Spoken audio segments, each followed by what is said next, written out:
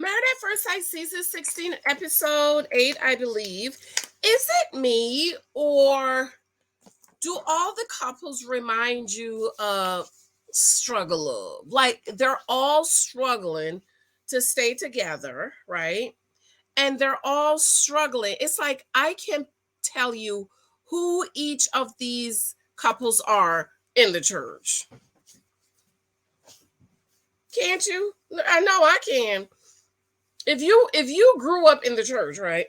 You can go down this list. You should be able to go down this list and tell which whose couple was who was deacon is this one, deacon was that one. Can't you tell? I'm gonna tell you. Hey y'all, I miss y'all over the weekend. I absolutely love you. Married at First Sight is coming up this week. So this is not the full review, but this is just a partial review because there's just something I want to point out. So I'll be doing another partial review. I want to do the Pastor Cal meet with a couple live. Pastor Cal later. I want to thank you for your love and support. Thank you for all of the new remnants that's joining us. Thank you for those of you who are taking the husband profile course. No, girl, you cannot buy the book. I keep telling you that. Like, no, you cannot. If you want the book, you have to take the course. Next time, it's been over. I love you. Thank you so much for your love and support. So I'm so excited. Guess why? We're supposed to be getting some snow. Tomorrow. We're supposed to be getting snow tomorrow, so I'm excited about it. Be sure to subscribe, thumbs up, and share this out. I absolutely love you. There's a picture I'm trying to get. I absolutely love you and adore you. A lot of people are saying they're bored this season. Are you feeling bored? It's dragging a little bit for me. Like I need the hair pulling to start. I need the kicking out to start. I need people to start locking each other out. I need I need people to start going whole. Like this ain't gonna work. I want a divorce. And hopefully this week we'll see Dominique actually says she wants a divorce. Because it's just not working out. It's just not working out for them. All right. So let me know what you think. Do you think this season is boring? Are you watching? I know some people are saying they have fallen off. I'm still watching because I want to see what happened to this train wreck. All right. Okay, so this couple right here, right? This is the young couple in the church that is struggle love. Like if you ever talk about struggle love, this is what struggle love looks like. Now, you know how I feel if you've listened to me. Personally, I don't have a problem with McKinley in the basement. Let me take this down. I don't have a problem. However, what is your plan? Like if you came down, let's say you came from Michigan, you've been down here 3 months and you had to stay in your friend's basement. I'm okay with that. Except if you want to get married, sir, why don't you have a plan? How much money do you have in the suitcase or in the bank? Because fake Pastor Cal keeps saying that he has a lot of money. Now, me personally, this is brother and sister struggle love over here. They're struggling to stay together. Sadly, Dominique is a typical Black woman who marries the man with potential that she has to drag out and pull him out and get him out of his shell and struggle with him and come ride this horse and let's go. And then he's saying he don't really she's not the one that he really want either. Now, I know a lot of people are mad at Dominique. I commend her for saying, look, I am not dealing with this BS. I'm 50-50 on it. And I'm 50-50 on it because we need to know how much money McKinley have in the bank. Okay? If McKinley is staying at the friend's house in the basement and he's serious about wanting to be married, sir, I need to know how much money you have in the bank. This is the couple, the young man. He's just struggling to get by, living in his mama's basement. Come on, ladies. Those of you who are doing the husband profile in the church, how we were encouraged to struggle with the man. He ain't got nothing. Build him up. Work with him. Fix him up. And I'm happy that Dominique is not doing that. My only issue with Dominique is Dominique, how much money he got. I need you to find out how much money he got in the bank. This is another reason I am not for young couples getting married. 25 years old shouldn't be getting married. You don't know what you want. You're not sure about what you want. And Mac, even though Mac is what, 32 years old, Mac is not established. This is another reason, ladies, I tell you, do not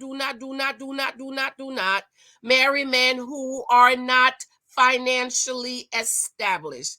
Do not marry men who are not financially established. Do not marry men who are still trying to figure their lives out. Do not marry men who is moving from place to place to place to place to place, trying to find a job, trying to get stable. If he's doing that, he is not established, and he is not ready to be a husband, to settle down and to provide for a wife and family. I just don't understand why Mac is upset with Dom, because, sir, you are living in a basement. Are you not? Huh? You don't want to be known as living in the basement. So if you knew you signed up for the show, why you didn't go rent a room somewhere? Because Dom is not the one that told us you live in the basement. You did. You told us. We wouldn't have known. We wouldn't know you was living in the basement. So if you have the money, you need to tell Dominique. But at this point, Dominique is over with it. She wanted somebody who was more established. See there, ladies? At 25, we're looking for men who are established. I was on somebody's channel today, and he said something that was so powerful. Men go after looks, women after status. That is so true. That is so true. Because I didn't want no Pookie Rary, Tyrone, or Chad. Was this white guy who was talking about Tyrone and Chad? Okay, I wanted a man who was established, who has his stuff together, who was ready to buy a house for me tomorrow, whatever. I need you to have somewhere to put me. I need you to be established. My only issue, though, Dom, I need you to figure it and find out how much money he got. We need to know how much money he got. Then over here at the church, you have missionary Clint and his wife Gina, who, they don't really want to be together. But missionary Clint, he likes to travel all over the place, spreading the good news. Here comes Sister Gina. They're only staying together. This is a couple in the church that's only staying together for the money. It's financially benefit to marry them. Because, if Gina leaves, she's going to have to pay that $50,000 like what's her name had to pay. She want to have the looks of we're married, and she wants to have the benefits of marriage, but she don't want to be married. She want to be living separately, sleeping separately, not wanting to be alone, but you still want to reap the benefits of being married. I commend Clint. If y'all had told me Gina would be the one that's acting like that, I would have told y'all is lying.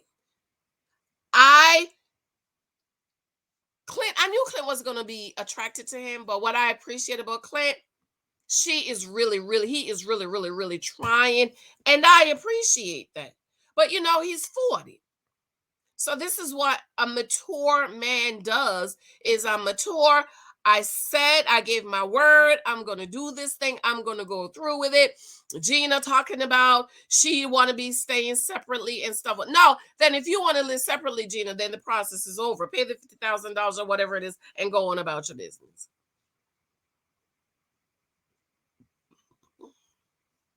Gina is not there for the right reason, child. She's just there to promote her shop. Then you have sister and brother Chris. Sister Nicole and brother Chris. Okay? This couple right here is a couple that's trauma bonded. That's the couple in the church that's over some kind of marriage ministry or healing ministry or something. But they're really together because they're trauma bonded, not because they really love each other, they really want to be together, but because they're trauma bonded. She is the abusive wife. Usually it's the man that's abusive. But in this stance, I'm telling you, Chris is afraid of Nicole. If Chris say anything, do anything, Nicole is going to beat him. God forbid.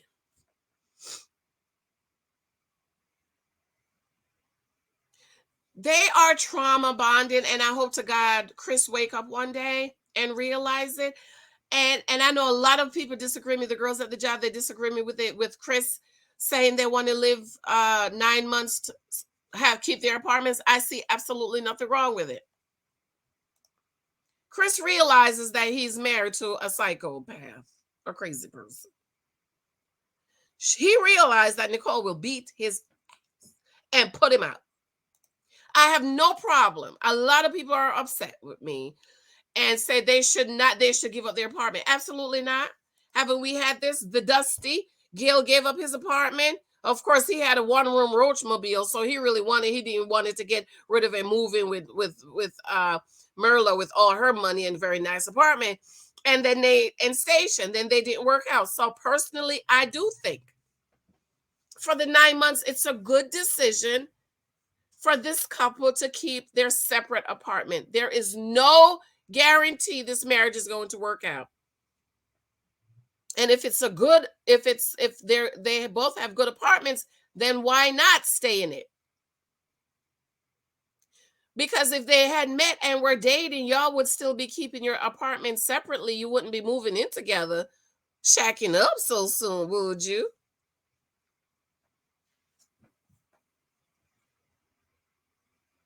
And when she was showing that her picture to the video camera, talking about how she looked awkward, didn't I tell you she looked like a gladiator? Didn't I tell you? Excuse me. She didn't even like her picture because she looked awkward, man. But let me tell you, if you know you have awkward arms, then you don't wear a shirt that's gonna show your arm awkward. Like, she looks very nice in this shirt. She should have wore a long sleeve turtleneck wedding gown. She should not have been wearing a sleeveless gown, and you know you have awkward arms. Just like ladies that have crooked toes. I was talking to one of my mentees this weekend. I said to her about how to dress, what to wear. I said, if you have crooked toes, if your toes don't nice, don't wear them out. Cover them up. Wear booties. Men look at toes. If you have ugly toes, get him to like something else about you before you show him your ugly toes.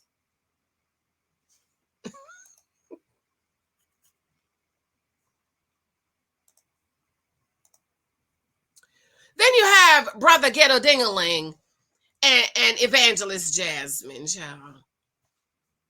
She's the one, she's forcing him to be here. He don't really want to be here. Mr. Ghetto Dingaling in my book, The 23 Types of Guy, he really don't like her.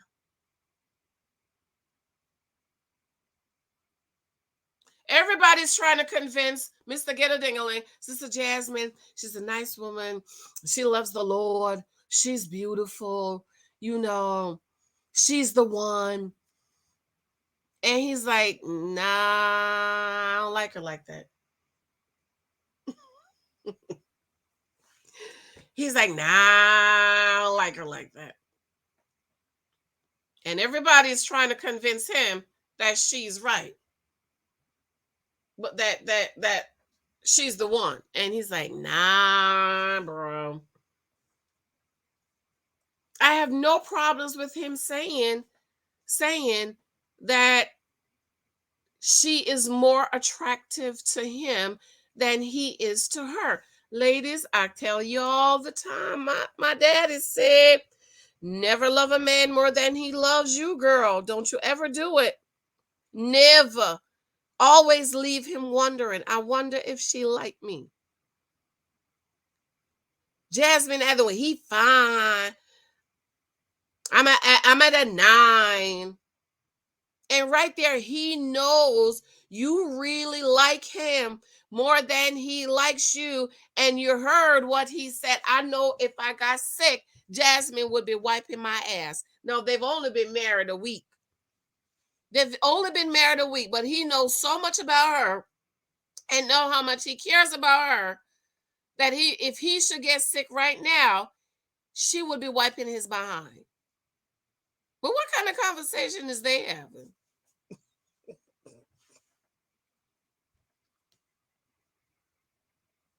Never, ladies, never give so much to him that he knows that you just love him so much.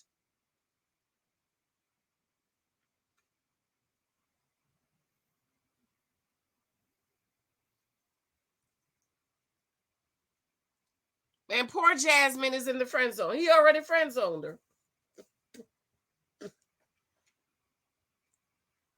And a lot of you ladies are being friend zoned because you talk too much. You run your lips too much and you don't listen to because it's a Janice. But anyways, girl, moving along. Then we over here, we got Pastor Shaq and First Lady Kirsten. Child, they don't like each other. She really like her, but she don't like him. She don't respect him. She's not attracted to him. She can't stand him. Her blood coils when he touches her. Then you got the fake Bishop Pastor, P-A-S-S-A, Pastor Cal over here. I'm going to come back and do a separate video on him, trying to convince them that this is it and this is just so wonderful.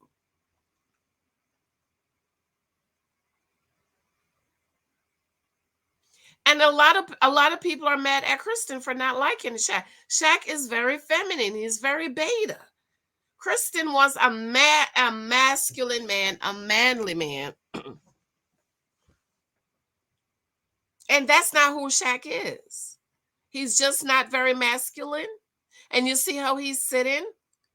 Okay, his legs is turned away from her. That's one thing. If you notice, like going back talking about body language, okay, you see how get a dingling is sitting, meaning don't come near me. The way he's sitting with his foot up like that, I'm closed off. Do not come near me. This is the only one because he's scared. He's scared, so he got to sit like that. You see how she's has her hand on him? And the same thing with Clint. Clint is closed off and turned away from Gina. And we know, you know what they're saying about Mack and them tight jeans. Mack's not living his truth according to the word on the street.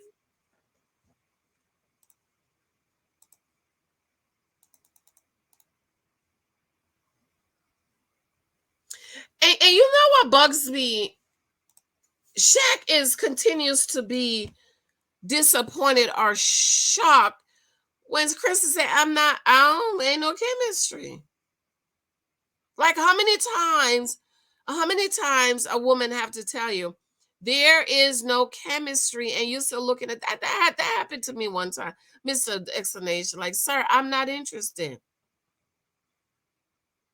And once there is no chemistry, it's dead, child. Just go ahead. Go ahead about your business. But all of these couples, every last one of them, you can pick. This season is the struggle love season. They're all struggling to be together, child. One like the other one. He likes her. Shaq likes Kristen. Kristen don't like her. Jasmine like Eris. Eris don't like her. Nicole is in love with Chris. Chris is scared of her. These two is just there for the money. Dominique is just over the little boy. All right, y'all. Come on back tomorrow. I have some more stuff I want to talk about. I just wanted to separate that and talk about that. I want to know what you think about the couples. Do you recognize any of these couples that's been in your life or in the church or people you know? I'm watching. I'm like, oh, that's so. That's Deacon. So. I love you. Talk to you later. Bye.